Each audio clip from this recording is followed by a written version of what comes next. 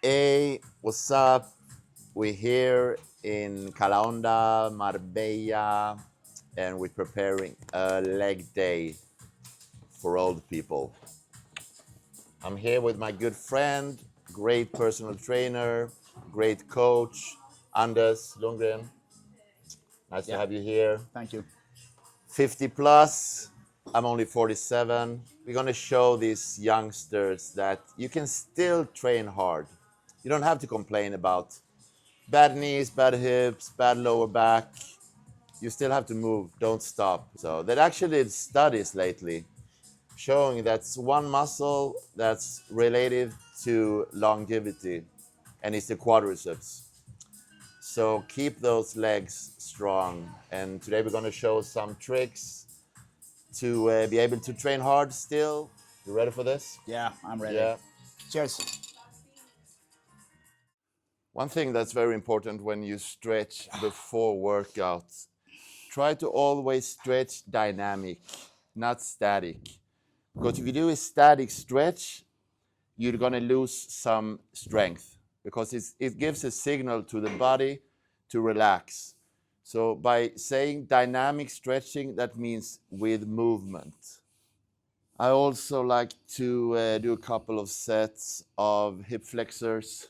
Sometimes by training the hip flexors, it actually helps them to loosen up and relax. That way I can go really deep in my leg press and stuff like that.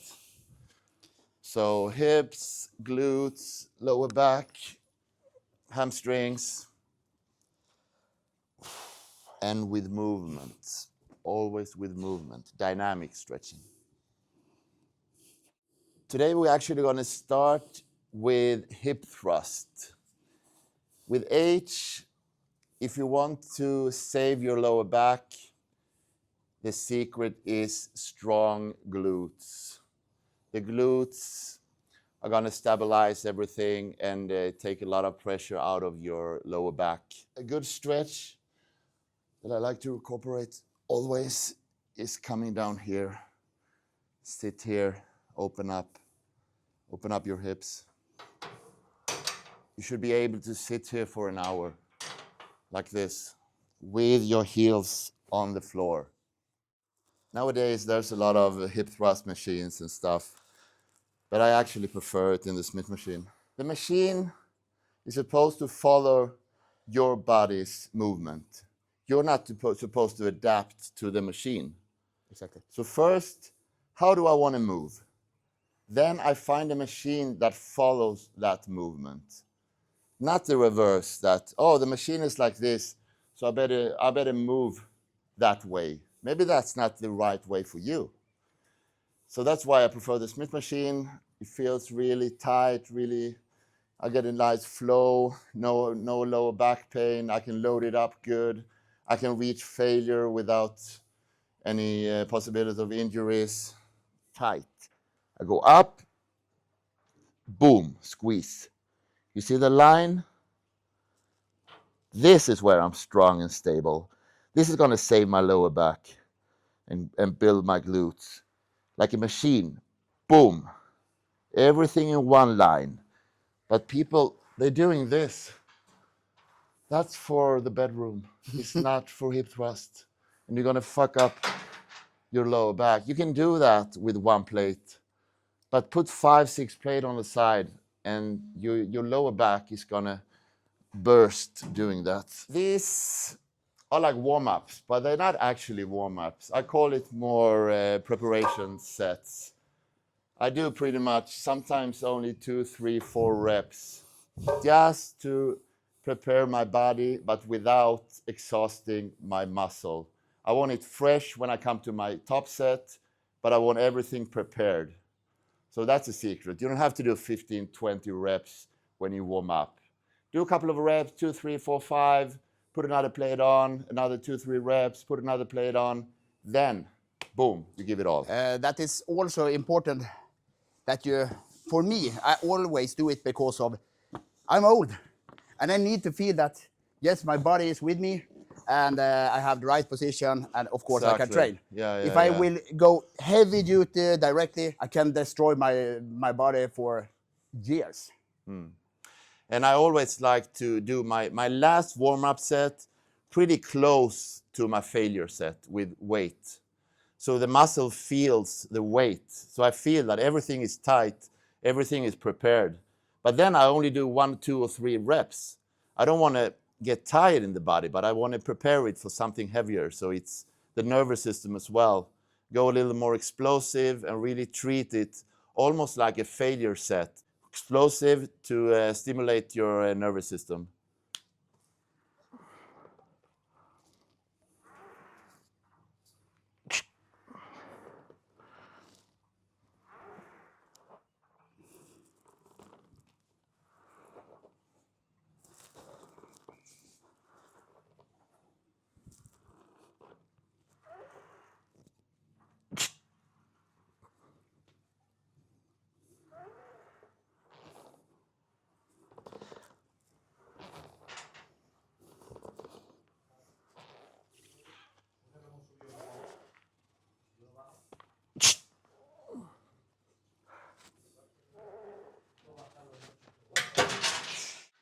Keep it tight, keep it tight, keep it tight. Squeeze, squeeze.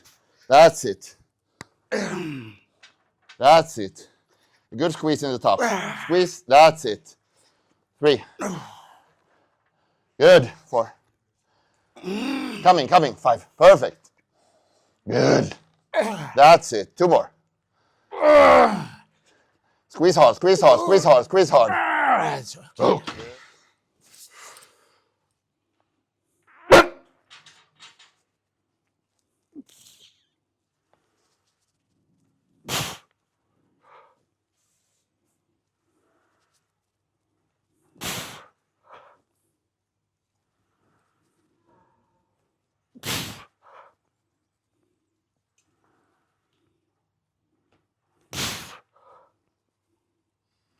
Great job. Come on now. 7. Nice.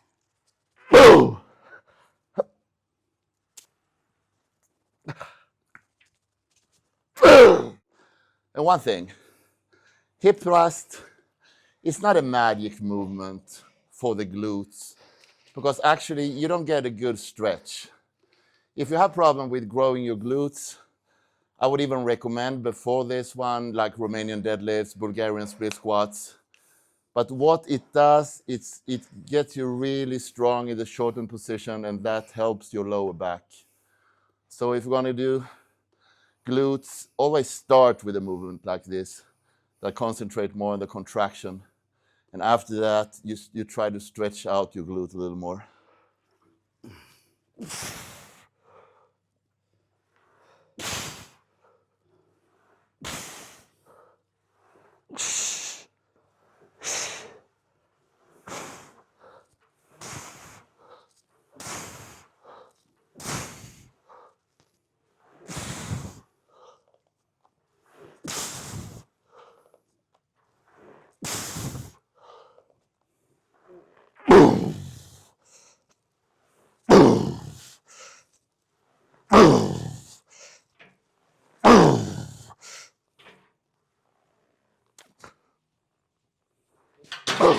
If you're going to do only one exercise for your hamstrings, the sitting leg curl is probably the best one. Why?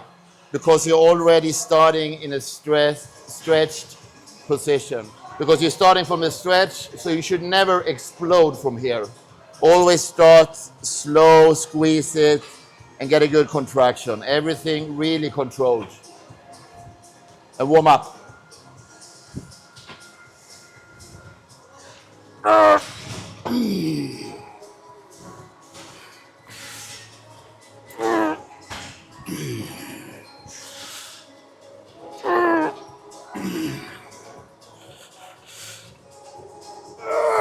Good. Actually, I normally never start my hamstrings with this. I always prefer to start with a movement with less stretch and more contraction, like a lying leg curl or a standing one. And then once I have the blood in the muscle, I go to this one. So that's why I'm going to be really careful today. I'm going to do more reps. I'm going to do it really controlled and more warm-ups.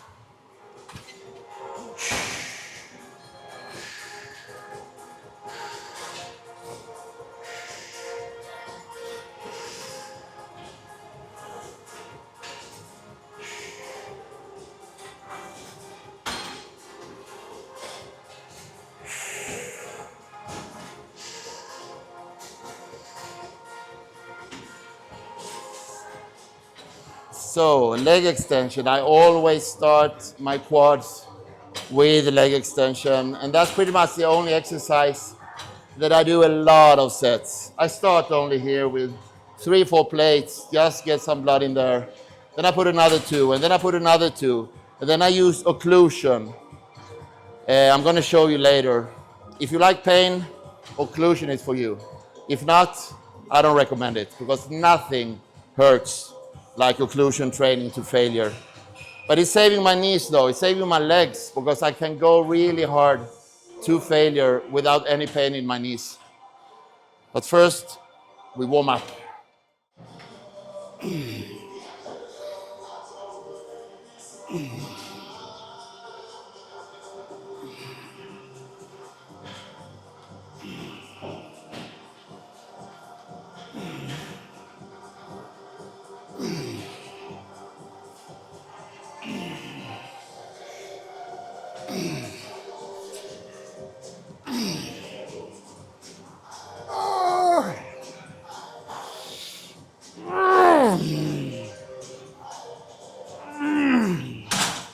Occlusion training. Knee wraps, cut the blood all the way up.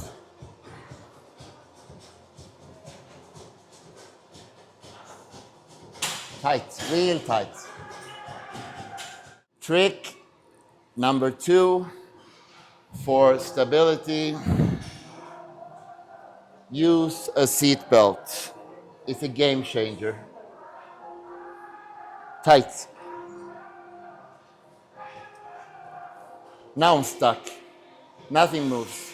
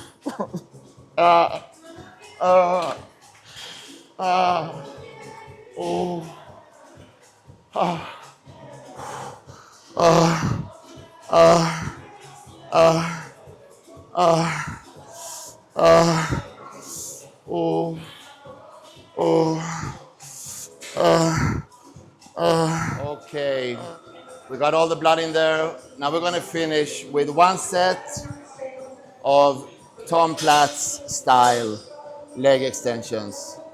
We're gonna get more of a stretch, leaning back. I'm gonna make the range of motion a little better with these so I get a better stretch. This really stretches out the quads in a different way.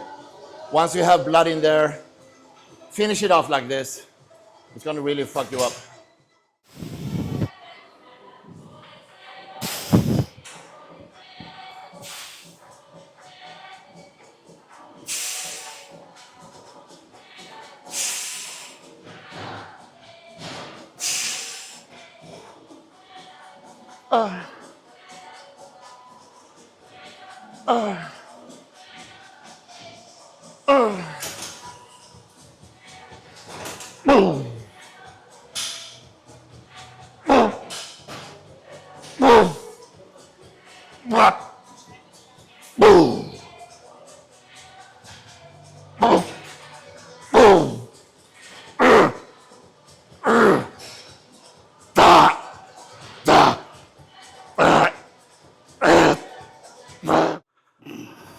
Bulgarian split squats.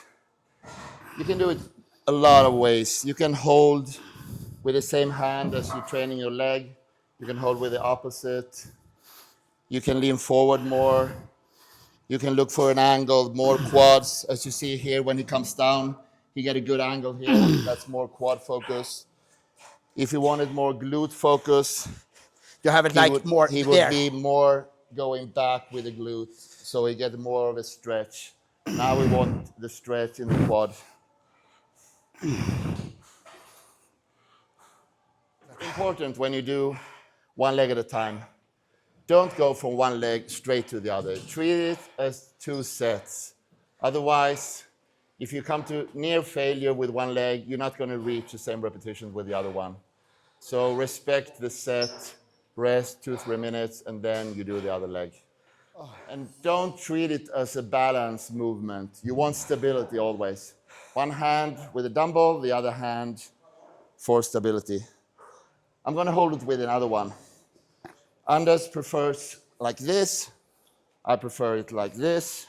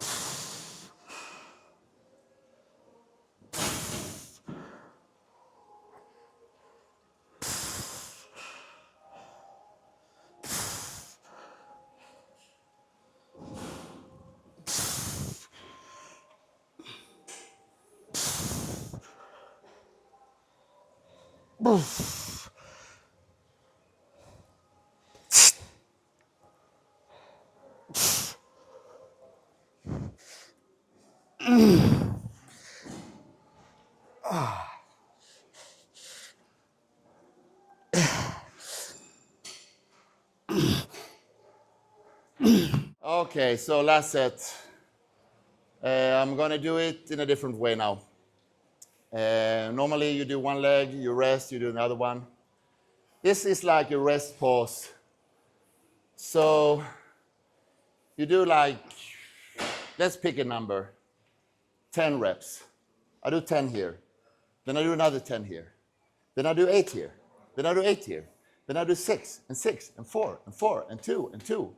And if I can go on after that, I keep alternating.